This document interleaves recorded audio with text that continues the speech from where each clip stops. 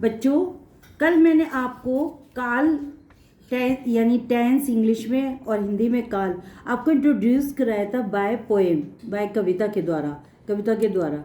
ठीक है। और ये कविता अनुराधा मैम ने खुद लिखी थी, अनु मैम ने। आज मैं आपको काल की परिभाषा बता रही हूँ। काल की परिभाषा चलिए हम पिक्चर के द्वारा समझते हैं। आइए काल की परिभाषा। अब देखिए, ये बच्चे हैं। ये बच्चा कह रहा है लड़की से, नेहा तुम क्या कर रही हो।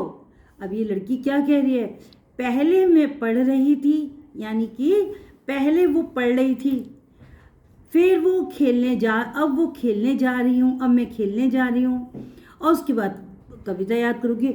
इस बच्ची ने तीनों टेंस, तीनों काल एक ही बार में बता दिए कि पहले मैं पढ़ रही थी, अब मैं खेलने जा रही हूँ, और उसके बाद मैं कविता याद करूँगी।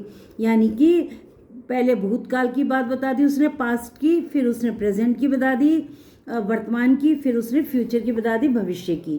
तो इस कविता के माध्यम से हमें काल को समझने के लिए वाक्य की क्रिया पर जाना होगा। आपको पता है, मैं जा रहा हूँ या राम जा रहा है, तो राम जा रहा है जो है लास्ट का, हिंदी में हमेशा क्रिया लास्ट में आती है। ठीक है। जैसे बातचीत के दौरान पता चला कि क्रिया के समय भूत की, पास्ट की, वर्तमान की या भविष्य की जानकारी दे रहा है। ठीक है।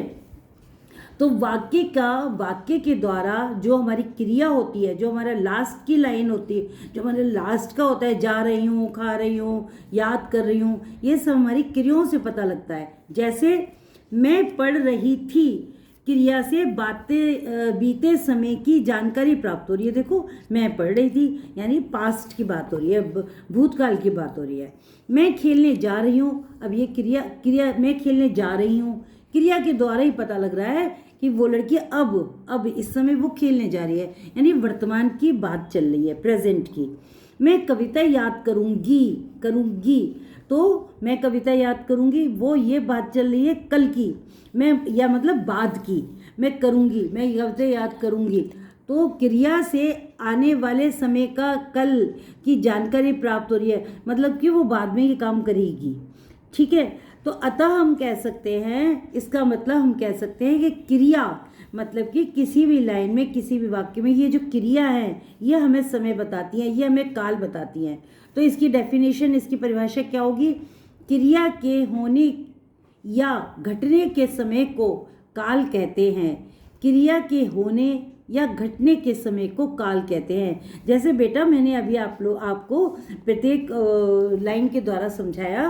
पढ़ रही थी भूतकाल, जा रही हूँ वर्तमान काल, और करूँगी जिसमें गा आ रहा है वो भविष्य काल, जिसमें हूँ आ रहा है, हाँ आ रहा है, वो हमारा वर्तमान काल, और थी ये हमारा भूतकाल। तो बच्चों, आज मैं आपको सिर्फ मैंने काल की परिभाषा समझाई है। कल मैं आपको काल के भेद बताऊंगी। लाइक कीजिए, सब्सक्राइब कीजिए और इसको समझने की कोशिश कीजिए। धन्यवाद।